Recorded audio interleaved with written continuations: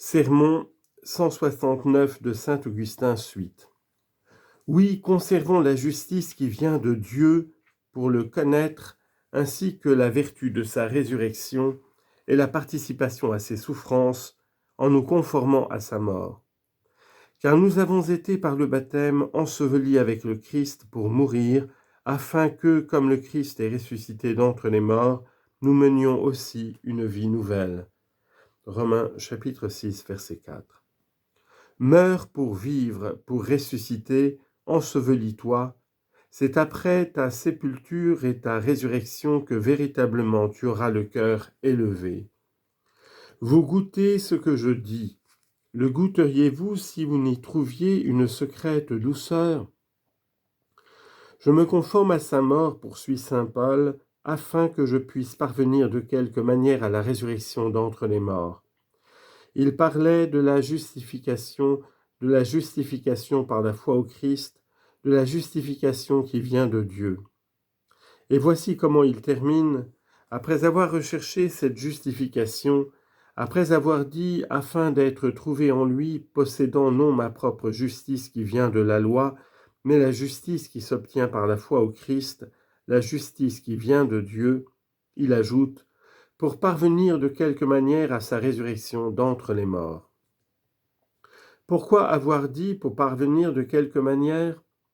C'est que, sans avoir atteint encore jusque-là, ni être déjà parfait, je cherche en poursuivant à atteindre de quelque manière le but auquel j'ai été destiné par le Christ Jésus.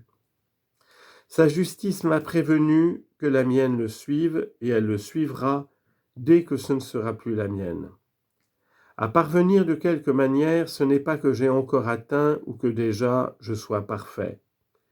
On s'étonne en entendant l'apôtre dire « ce n'est pas que j'ai atteint encore jusque-là ou que déjà je sois parfait ». Que n'avait-il pas atteint encore ? Il avait la foi, le courage, l'espérance. La charité l'embrasait, il faisait des miracles, il prêchait avec une incomparable vigueur, souffrait toutes sortes de persécutions et se montrait partout patient, plein d'amour pour l'Église et de sollicitude pour toutes les communautés chrétiennes. Que n'avait-il pas reçu ? Ce n'est pas que j'ai encore atteint ni que je sois déjà parfait. Que dis-tu ? Tu parles et nous sommes dans l'étonnement, tu parles et nous sommes dans la stupeur, car nous avons notre pensée. Que dis-tu ? Mes frères, s'écrie-t-il, que veux-tu dire enfin ? Que dis-tu ? Je ne pense pas avoir atteint le but. Ne vous méprenez pas sur mon compte, je connais mieux que vous. Si j'ignorais ce qui me manque, je ne saurais ce que j'ai. Je ne crois pas avoir atteint le but, il est une chose que je ne crois pas avoir encore. J'ai beaucoup, mais il est une chose que je n'ai pas encore.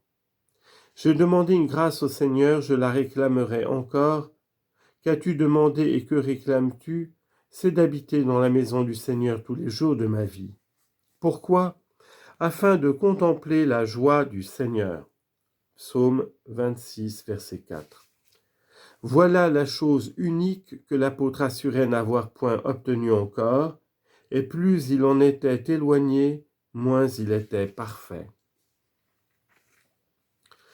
Vous vous rappelez, mes frères, ce passage de l'Évangile où il est parlé de deux sœurs, Marthe et Marie, qui donnèrent l'hospitalité au Seigneur. Oui, vous vous le rappelez, Marthe s'empressait à faire de nombreux préparatifs et avait soin de la maison, car enfin elle recevait le Seigneur et ses disciples. Elle cherchait, avec un empressement tout religieux, à faire en sorte qu'aucun égard ne manquât chez elle à ces saints personnages. Or, pendant qu'elle s'empressait ainsi, Marie sa sœur était assise aux pieds du Seigneur et recueillait sa parole. Mécontente au milieu de ses soins, de la voir assise sans s'occuper de ce qu'elle faisait, elle en appela au Sauveur. « Vous plaît-il, Seigneur, lui dit-elle, que ma sœur me laisse ainsi quand je suis si pressée ?» « Marthe, Marthe, reprit le Seigneur, tu t'occupes de beaucoup de choses, il n'y en a pourtant qu'une seule de nécessaire. Marie a choisi la meilleure part, qui ne lui sera pas enlevée. » Luc chapitre 10, versets 38 à 42. La tienne est bonne, la sienne est meilleure. La tienne est bonne, car il est bon de s'appliquer à servir les saints, mais la sienne est meilleure. En effet, ce que tu as choisi passe. Tu apaises la faim et la soif, tu nous prépares des lits de repos, et tu ouvres ta porte quand nous voulons loger ici. Tout cela passe.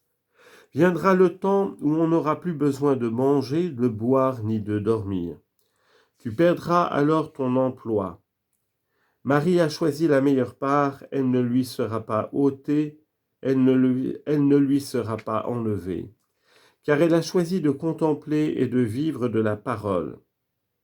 Que ne sera point cette vie par la parole sans bruit de parole? Marie vivait bien alors de la parole, mais avec un bruit de parole.